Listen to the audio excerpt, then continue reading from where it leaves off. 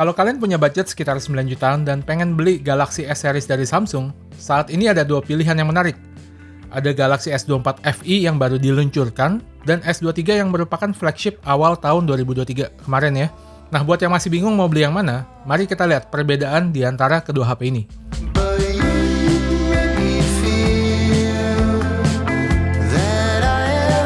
Pertama kita ngomongin desainnya dulu.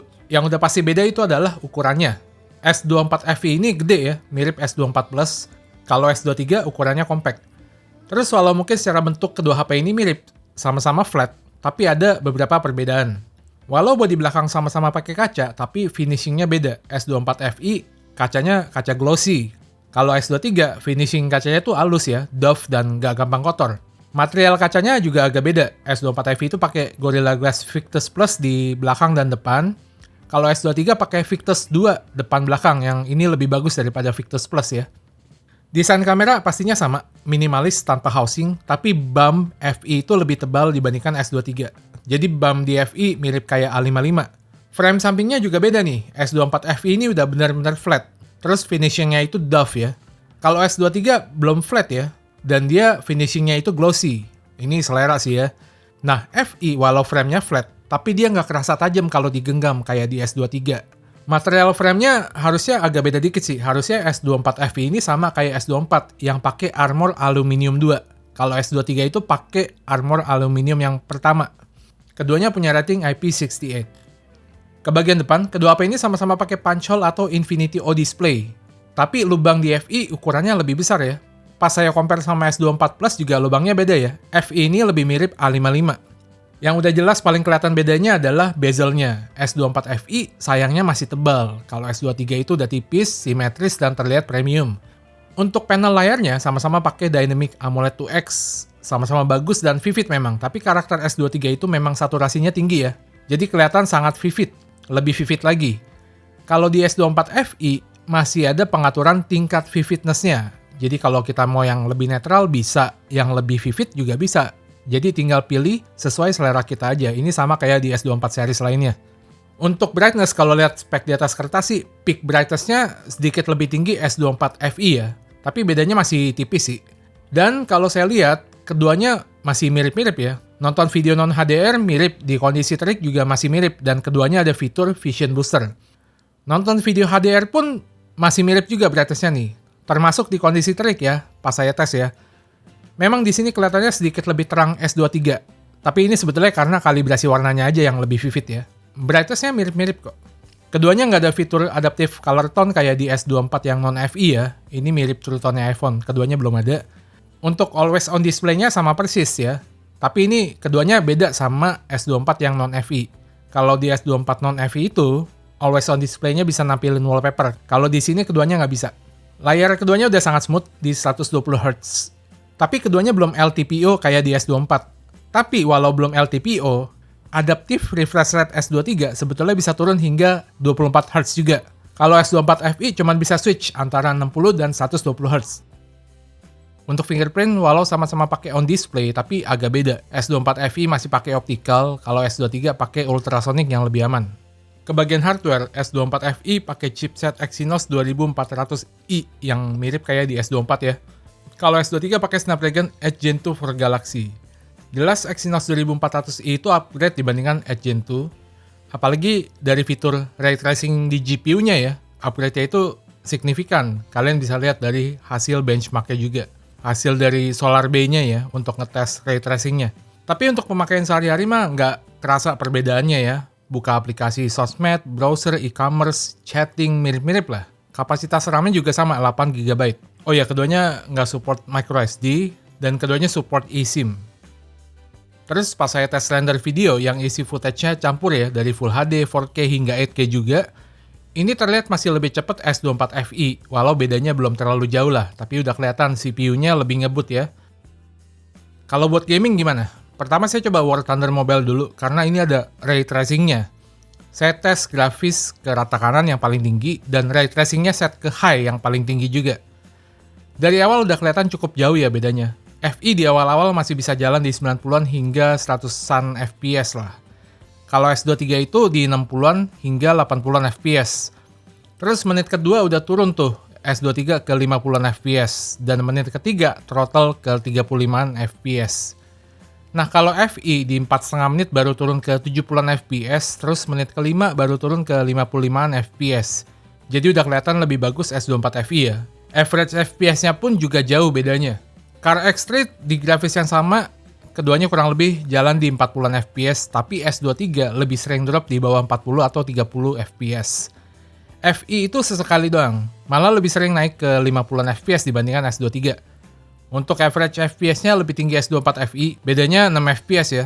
Terus Wuthering Waves di grafis advance atau yang paling tinggi, S23 bisa jalan di 40-an hingga 55-an FPS. Fluktuatif dan sesekali suka drop ke 30-an FPS juga. Apalagi pas battle. Nah, kemarin ini di S24 FE memang sama ya, fluktuatif juga, tapi sedikit lebih smooth dibandingkan S23. Tapi pas iseng saya coba lagi nih barusan di hari yang sama pas saya tes di S23 ini, ternyata performa di S24 FE tambah bagus. Malah pas battle bisa stabil banget di kisaran 55 FPS ya, saya juga kaget ini. Pas saya cek average FPS-nya pun bisa lebih tinggi 7 FPS dari S23. Kelar main game ini selama 15 menit, S23 itu kerasa panas ya. Kalau S24 FE masih lebih adem dikit, nggak sepanas S23. Mungkin terbantu sama bodinya yang besar dan vapor chamber yang lebih besar juga. Di S24 FE itu paling ada beberapa game kayak PUBG Mobile yang harusnya bisa lebih optimal lagi kayak di S24. Sekarang di grafis mode itu maksimal jalan di 90 FPS ya, Extreme Plus. Belum ada pilihan Ultra Extreme 120 FPS kayak di S23 atau S24, tapi ini tinggal tunggu waktu lah. Nah, yang menarik, gimana masalah efisiensi daya nih? Sebagai informasi, baterai S24 FE itu lebih besar 800 mAh dibandingkan S23. Lumayan ya. Nah, kalian bisa lihat data baterainya di layar pas saya ajak main game dan nonton YouTube. Kelihatan kalau S24 FE memang lebih awet ya, tapi mengingat kapasitas baterai yang lumayan beda jauh, efisiensi di S23 itu termasuk oke banget loh.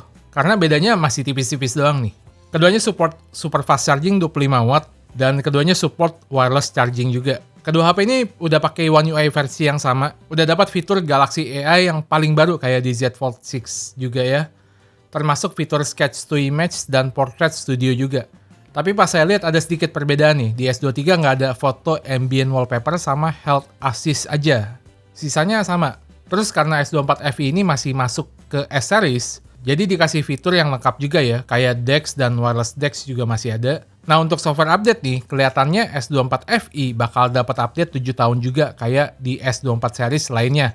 Lebih panjang dari S23 yang dapat 4 plus 5 ya, yang sekarang sisa 3 major OS update plus 4 tahun security update. Oh ya, pastinya kedua HP ini ada Knox Volt. Vibration motornya kurang lebih sama ya. Getarannya sama-sama bagus dan kelas flagship. Keduanya udah pakai stereo speakers, ada Dolby Atmos. Sebetulnya suara FE itu lebih kenceng ya, tapi di telinga saya sih suara dari S23 yang sedikit lebih nyaman di telinga. Sedikit lebih jernih juga, tapi bedanya tipis lah. Setup kamera kedua HP ini sama. Di belakang pakai setup triple kamera. Ada kamera ultra wide 12 megapiksel yang walau resolusi sama, tapi sensor agak beda ya. Terus ada kamera utama 50 megapiksel yang kurang lebih sama, dan ada kamera tele 3 kali zoom yang resolusinya beda, 8 dan 13 megapiksel. Kita coba lihat gimana hasilnya. Pertama kamera ultrawide-nya dulu. Nah, di kondisi terang, hasil dari S24 FE kelihatan di luar ekspektasi saya. Saya kira dengan sensor yang lebih bagus, S23 bakal menang telak. Selain perbedaan sedikit di karakter warna, sisanya tuh masih kelihatan mirip banget ya. Detailnya mirip, paling dari sekian banyak foto, ada 1 atau 2 yang detailnya menang di S23. Yaitu sebagian kecil banget ya. Terus ketajamannya nih, kalau saya coba perbesar foto ultrawide-nya, kok malah sedikit lebih tajam FE ya dibandingkan S23. Tebakan saya memang processingnya beda. S24 FE ini kan dapat engine yang baru yang ada di S24 dan Z Fold 6 ya. Termasuk dynamic range pas foto backlight nih. Ada beberapa foto yang saya ambil memang lebih lebar S23, tapi banyak banget yang hasilnya masih mirip ya.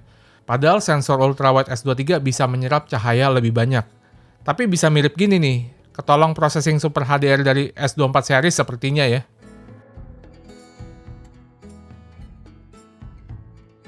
Nah, kalau untuk kondisi low light yang sangat gelap ya, kalau saya matiin night mode-nya beda cerita. Kelihatan banget hasil dari S24 FE itu noisy banget, terus detail jadi soft banget ya. Dan ketajaman juga pecah. Dynamic range juga lebih sempit dari S23. Kelihatan kekurangan dari sensornya yang lebih kecil ya. Tapi, kalau saya foto pakai night mode-nya, tiba-tiba jadi mirip banget hasilnya sama S23. Processingnya bagus banget ya. Night mode-nya juga ada 2 level, yang biasa dan yang max, kalau mau yang lebih agresif lagi. Sebetulnya normalnya di kondisi gelap kayak gini, kita udah pasti foto pakai night mode ya. Ini saya matiin memang pengen ngetes buat review aja. Untuk hasil kamera utamanya, saya temukan beberapa perbedaan. Yang paling kelihatan itu S24FI kontrasnya lebih tinggi dibandingkan S23. Dari kontras yang lebih tinggi ini, bikin kelihatan sedikit lebih vivid juga dari S23. Walaupun banyak foto juga yang masih mirip-mirip ya. Nah, ini saya agak kaget juga ya, soalnya dulu S23 itu, seingat saya saturasinya tinggi, dan S24 cenderung lebih natural. Kayak warna langit di S23 itu dulu pekat banget. Kalau saya perhatikan sekarang kok malah makin mirip sama S24 series. Kayaknya udah di tone down gitu sama Samsung. Mungkin dikasih update juga sama Samsung dan processingnya kali ini udah beda kali ya.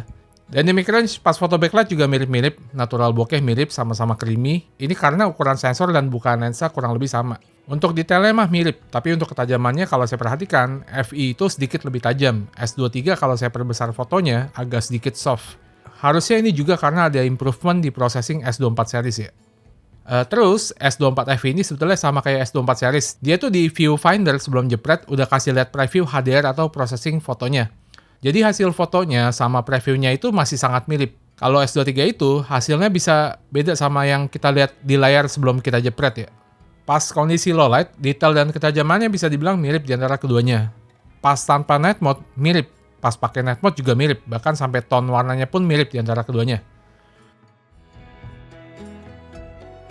Nah, kamera telenya kan beda nih, 8 versus 13 megapiksel. Pas foto zoom, kalau saya tes di 3 kali dan 6 kali zoom, kebanyakan sih hasilnya sedikit lebih tajam S23, tapi banyak yang masih mirip-mirip ya. Hebat juga nih S24FI, padahal resolusinya lebih kecil. Termasuk di 10 sampai 30 kali zoomnya. Sedikit lebih tajam S23 sih, tapi belum terlalu beda jauh lah. Malah ada satu foto yang kelihatannya lebih tajam FI ya. Kayaknya terbantu processingnya. Dan kalau saya perhatikan lagi spek sensornya, resolusi memang kalah, tapi pixel size antara keduanya tuh sebetulnya sama ya. Cahaya yang diserap juga bakal sama. Makanya masih bisa agak mirip-mirip kayak gini. Intinya sih kamera tele S24FI ini ternyata masih bisa bersaing sama S23 ya. Pastinya ada mode portrait, keduanya bisa foto di 1 kali, 2, dan 3 kali zoom. Kalau saya lihat sih hasilnya paling beda di warna. Skin tone di S24FI itu lebih netral, tapi kontrasnya lebih tinggi. Resolusi kamera selfie-nya beda, 10 versus 12 megapiksel. Hasilnya memang sedikit lebih tajam S23. Terus tone warna di skin tone-nya agak beda ya. Di FI itu ada warna magenta atau keunguan dikit. Dynamic range pas foto backlight juga beda, masih lebih lebar S23. Terus di S23 juga ada autofocus, kalau S24FI belum ada. Keduanya ada mode portrait di kamera depannya. Sekarang ke perekaman video. Untuk kamera ultrawide-nya kalau saya lihat sih memang sedikit lebih oke hasil dari S23. S24FI sedikit lebih noisy di area shadow. Sama detail sedikit lebih soft, tapi mungkin nggak akan terlalu kelihatan ya di kondisi terik. Sama paling agak beda di warna dan kontras di antara keduanya. Dynamic range-nya pas rekam backlight kalau saya lihat juga masih beda tipis. Oh ya, ultrawide keduanya bisa rekam hingga UHD atau 4K, tapi di FI cuma bisa di 30 fps, termasuk di Full HD-nya ya. Kalau S23 bisa hingga UHD 60 fps. Paling kalau udah masuk ke kondisi low light nih, udah mulai kelihatan tuh bedanya.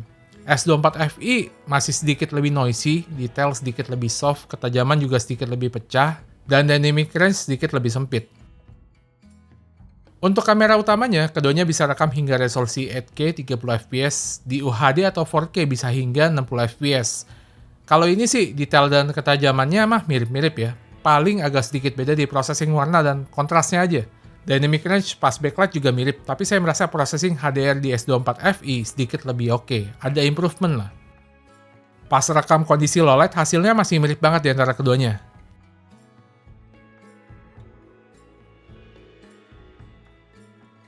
Nah, kamera tele keduanya ternyata sama-sama bisa rekam hingga UHD atau 4K juga. Padahal FI cuma 8 megapiksel. Tapi di FI kalau di 60 fps dia pakai kamera utamanya ya, pindah ke digital zoom.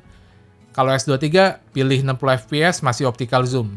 Hasilnya paling beda di kontras ya, masih sama-sama tajam sih. Sama focal length-nya agak beda nih ternyata, 75 versus 70 mm, jadi S24FI agak sedikit lebih ngezoom. Tapi kalau saya coba di 5 kali dan 10 kali zoom, kok kelihatannya agak sedikit lebih tajam S24FI ya? Ajaib juga, mungkin pengaruh dari processingnya yang lebih oke. Di S23 agak sedikit soft dan sedikit noisy. Nah, pas di low light di 3 kali zoom, S23 memang agak lebih noisy, tapi sebetulnya dia lebih tajam dikit dibandingkan FI. Keduanya punya mode video portrait. Kalau di FI ada pilihan 1, 2, dan 3 kali zoom. Kalau di S23 cuma ada 1 dan 3 kali zoom. Tapi ternyata di S24 FI itu, pas rekam 3 kali zoom, dia itu digital ternyata, pakai kamera utamanya. Kalau S23 di 3 kali zoom, pakai lensa optical zoom-nya. Ini saya tes termasuk di kondisi terang juga sama ya. Keduanya punya video stabilisasi pastinya, hasilnya masih mirip-mirip. Kamera depan keduanya bisa rekam hingga UHD atau 4K 60 fps. Hasilnya ternyata cukup mirip di antara keduanya. Sama-sama bisa rekam video portrait juga.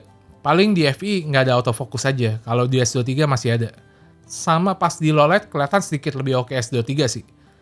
Oh ya, untuk Instagram Story nih, pas saya tes kelihatan di S23 belum support HDR kayak di S24 FI.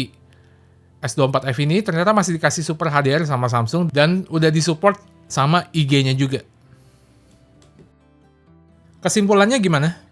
Menurut saya di harga yang mirip, sebetulnya kalau kalian nggak pentingin bezel yang tipis dan simetris, S24 FI ini ternyata sangat menarik ya. Performanya bagus, fiturnya lengkap, dan update masih sangat panjang. Kameranya, walau sensornya kelihatan ada yang dipangkas, tapi hasilnya masih beda tipis sama S23. Kebantu sama processing yang bagus karena processingnya itu sama kayak S24. Apalagi Direct IG Story-nya support HDR juga kayak di S24. Tapi kalau kalian pengennya bezel yang tipis dan premium, terus suka banget sama HP compact, yang saat ini udah mulai jarang kita temukan ya, terus masih lebih percaya sama Snapdragon ya, nggak apa-apa deh chipset bukan yang generasi yang paling baru, yang penting masih mumpuni. Saya rasa Samsung Galaxy S23 masih nggak kalah menarik ya.